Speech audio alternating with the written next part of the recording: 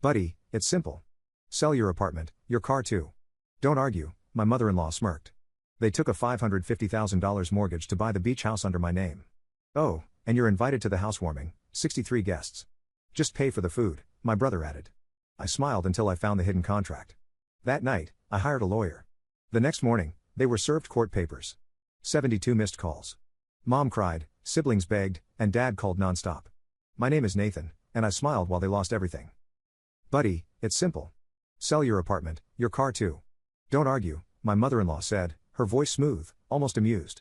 I stood in the middle of their oversized kitchen, marble counters glowing under the afternoon light, the smell of lemon cleaner mixing with her expensive, cold perfume. The papers were already signed, the mortgage, $550,000, approved for the beach house in my name. Across the table, my brother-in-law, Michael, scrolled through his phone like none of this was unusual. Oh, and you're invited to the housewarming, he added without looking up. 63 guests. Just cover the food. I nodded, my jaw tightening slightly, the smile holding. They had built the entire purchase on me, my credit, my name, my stability, and now they stood there, turning it into an afterthought, a convenience. For years, I was the safe one, the steady one. When Stephanie, my wife, racked up credit card debt, I paid it quietly, without reminders. When her parents needed help with property taxes on their second home, I wired the money. When Michael's business fell apart for the third time, I co-signed his new loan, the only option, they said, because I had the credit and clean record. They never said, thank you. They said it was family. Family, I learned, was their word for obligation. I used to tell myself it was love, that they leaned on me because I could bear it. But standing there, hearing them assign me another bill like assigning someone to take out the trash, I saw it fully for the first time. They didn't forget me, they erased me. I used to believe I was part of them. When Stephanie and I married, I thought I was marrying into a family that cared. Her mother kissed me on the cheek at the rehearsal dinner and whispered, "You're one of us now, Nathan." It felt real back then. I was young, steady, and patient. That's what they liked about me. I was the one who would always stay calm while others broke down. The first time Michael called for help, it was small. His car had broken down, and the repairs cost more than he had. Stephanie called me late that night, voice soft, persuasive. "He just needs a little help, Nate. You know how hard he's trying." I wired $1,200 before sunrise. It was supposed to be a one-time thing. It never was. That year, Stephanie left her job, saying it was temporary to help her mother manage some family affairs. I carried both of us while she regrouped. Her parents praised her sacrifice, as if quitting work was an act of nobility. Months became years. Michael's second request was larger, a failed investment, $8,000 this time. "He's your brother, too, Nate," her father said, like a commandment. When Stephanie's health scare came, they needed help with medical bills, insurance issues. I dipped into my savings again. No one asked how much I had left, they assumed it was infinite. I worked longer hours, quietly, efficiently. I sold my old car to cover Stephanie's credit card balance when her online boutique collapsed. I canceled my gym membership, my weekend trips with college friends, and the few pieces of life I kept for myself. Whenever I hinted it was becoming too much, Stephanie would smile that fragile smile, reach for my hand, and say, "You're so strong, Nathan. Not everyone has your strength." Strength. That was their word for silence. When Stephanie and her husband, Robert, decided to buy the lake cabin, they came to me, not for advice, but for my signature. "You're the only one with the credit score for it," Robert said. "Technically, it's just paperwork. You're not responsible." I signed. Then came Michael's third business, a startup with no business model. He needed a co-signer for $45,000. Stephanie whispered at night, "He just needs this one chance. He'll make it work this time. He's family, Nathan." I signed again. I always signed. I didn't want to watch them fall. I wanted to believe that one day they'd stand on their own. But they never did. They didn't have to. They had me. The phone calls became patterns, the late-night requests, the emergencies, always emergencies. When my father passed last year, they barely noticed. Stephanie sent flowers. Michael texted a thumbs up under my funeral post. I handled the estate alone. Stephanie stayed behind to help her mother plan renovations for the beach house. That's when I first started noticing it, the way they spoke about the house like it was already theirs. When we finally get the beach place set up. When we host the summers. Once we expand the deck. They never said we as in Stephanie and me. It was we as in them. When Robert invited me to lunch that fall, he slid a folder across the table without much ceremony.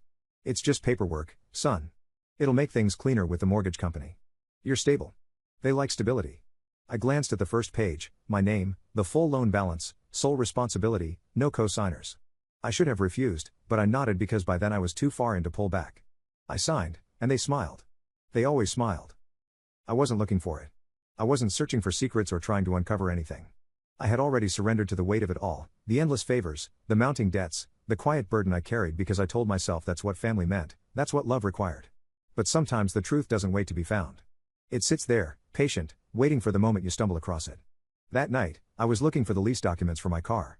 The lease was ending, the payments coming out of my account for months, though Stephanie's brother, Michael, had been driving it exclusively, another silent arrangement, another quiet debt. The filing cabinet was overstuffed, papers jammed into each drawer without order, bills, old insurance forms, receipts. And then, something else, a beige envelope, no label, no stamp, no markings. I almost skipped past it, but something paused me.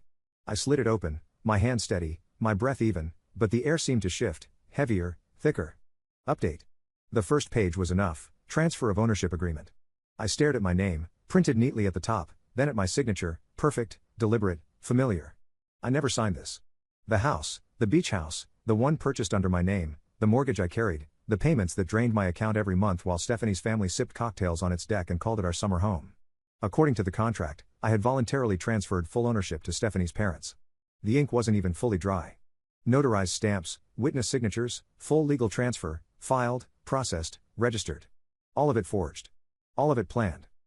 The mortgage was still in my name, but the property was theirs. What came next was obvious: sell the house, take the profit, leave me with the debt. My name, my responsibility, their windfall. My eyes scanned every page: property appraisals, plan listings, brokerage correspondence. They had lined it up perfectly. They hadn't rushed, they'd been preparing for months. And I never saw it because I trusted them. After all, I was the steady one, the one who never said no, the one they could always depend on, not for advice, not for support, but for surrender. The full weight of it pressed down in that small, silent room. They hadn't forgotten me. They had erased me. At 1:14 a.m., I called Matthew, an attorney I had met over a year ago at a financial conference. We had exchanged cards, chatted about risk models over weak hotel coffee. I had helped him run some predictive analytics for one of his cases, pro bono. Back then, it was nothing. Now, it was everything. I laid it all out, slowly, methodically: the forged documents, the property transfer, the years of financial exploitation, the pattern of coercion, the quiet manipulation that had stretched for years until now it threatened to collapse entirely on me. He listened without interruption, his breathing steady. When I finished, there was a pause, a kind of pause that carries weight, not hesitation. They were smart, Matthew said finally, but not smart enough. I closed my eyes. We can fight this? I asked, though I already knew. We're not going to fight, he said. We're going to dismantle them. I nodded. For the first time in years, I slept deeply, fully. The legal motions were filed within 36 hours: forgery, fraud, identity theft, unauthorized transfer of property, conspiracy, civil damages, criminal referral. By sunrise, the paperwork was being served. The first call came at 7:42 a.m. Stephanie, baby, what's going on? I just got a call from Michael. I didn't answer.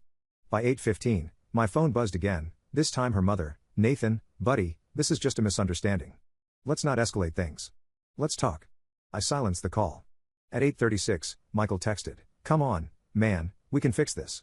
This is a calculated pattern of financial exploitation, identity fraud, and conspiracy that has resulted in significant monetary and reputational damage to my client, Mr. Nathan Cole. Robert tried to interrupt. Your Honor, we're talking about family here. Emotions got mixed, papers might have. The judge raised his hand. Sir, you will not speak unless addressed, and you would be wise to let your counsel do the talking. The evidence here is considerable. Stephanie kept her head down. She hadn't looked at me once. Her mother's smile was thinning, cracking at the edges. Michael tried to glance my way, almost searching for some trace of the man I used to be, the one who always forgave. He didn't find him. That man no longer existed. The financial audit stripped them bare. The shell accounts Robert had hidden beneath corporate umbrellas, frozen. The second mortgage Michael had pulled illegally under my name, voided. The offshore transfer Stephanie's mother had quietly arranged to secure a safety net was reversed. The false property transfer for the beach house, nullified, returned to my full legal ownership. And the debts, all of them, reassigned appropriately under their names. Civil penalties multiplied, fines stacked. But none of it stung them like what came next: the criminal referrals. Forgery, wire fraud, and financial elder abuse statutes applied retroactively due to forged co-signatures involving my late father's estate. Robert's attorney negotiated, offered settlements, apologies, and promises to correct everything. The DA declined. Intent mattered, and they had left too much of it in writing. Don't destroy the family over paperwork. Then another: we're still family, bro. We've all made mistakes. At 9:02, her father tried, you're making a mess you can't undo, son. You're emotional right now. Calm down. Let's sit down and resolve this as adults. But I was calm, calmer than I had ever been, because for the first time, I saw everything for what it truly was. They never loved me. They loved my stability, my credit score, and my ability to absorb their mistakes. They assumed I would always carry it, that I would break quietly, as I always had. But I wasn't breaking. Not anymore. By noon, 72 missed calls sat glowing on my screen. Their desperation grew thicker with every message. Stephanie's mother left long voicemails, crying. Her father's tone shifted from patronizing to pleading. Michael's texts became shorter, harsher, panicked. You're ruining everything. Do you even know what you're doing? You're blowing up the whole family. Yes. Yes, I did. And I wasn't finished yet. The court motions triggered immediate financial freezes. The brokerage accounts they intended to funnel the house sale profits into were frozen pending investigation. Bank accounts reviewed, credit lines suspended, fraudulent documents flagged and invalidated. The house, legally locked under litigation, is unsellable, untouchable. Matthew worked quickly, efficiently. He found more than I expected, years of quiet transfers, hidden transactions in my name, quiet manipulations that had grown bolder each time they succeeded. I was no longer holding the weight for them. Now, they were standing naked before the weight of their own making. The silence from my end terrified them. I said nothing, no explanations, no justifications, no more calls, no more compromises. They were used to my voice smoothing the edges of their recklessness, but now there was only my silence. And my silence weighed more than any words ever could. The first court date arrived faster than they expected. They came dressed for war. Stephanie sat beside her father at the long mahogany table, pale, eyes darting. Her mother wore that same cold smile she used during holidays, the one to mask guilt as graciousness. Michael couldn't hold still, his knee bounced, his fingers tapped the table rhythmically. They didn't greet me when I walked in. They didn't dare. My attorney, Matthew, placed the thick binder on the table with care, letting the weight of it land with a soft, final thud. 2 years of records, every transfer, every forgery, every illegal signature, every lie wrapped in politeness. The judge flipped through the first few pages, his face unchanging, but the stillness said enough. He had seen men like Robert before, entire families like theirs. Matthew spoke clearly, his voice steady and precise. Your Honor, this is not a matter of simple miscommunication between relatives. Final update. Stephanie tried to claim ignorance, but ignorance doesn't protect you when your signature appears on forged documents in 3 separate jurisdictions. Her tears didn't sway the judge. Her family's last defense was always the same: we're family. We didn't think he'd take it this far. That was their secret belief, that no matter what they did, I would stay quiet, that my strength was their immunity. They mistook endurance for permission. They mistook silence for weakness. They mistook me. The sentencing hearings were quiet. Media outlets barely noticed, it wasn't big enough for headlines, just another family lawsuit gone sour. But inside that courtroom, everything was different. That's where I reclaimed my name. The judge handed down his decision on a Wednesday morning. The air smelled faintly of stale coffee and disinfectant, light filtering through tall windows and pale stripes across the wooden floors. The defendant's actions demonstrate a pattern of calculated deception, he said, voice low, steady. The plaintiff is awarded full compensatory damages, full property ownership, and punitive damages by state and federal statutes. He paused, looked directly at Robert. You exploited this man's trust for years. You mistook his decency for surrender. This court does not. The gavel dropped, and with that single sound, clean, sharp, final, it ended. Outside the courthouse, the sky was overcast. I didn't wait for them to leave. Michael was already being led into the transport van, wrists cuffed, head lowered. Robert stood on the steps, his attorney speaking quietly into his ear, trying to soften the inevitable. Stephanie's mother was crying, not from guilt but from public humiliation. Stephanie stood a few feet away, her face hollow.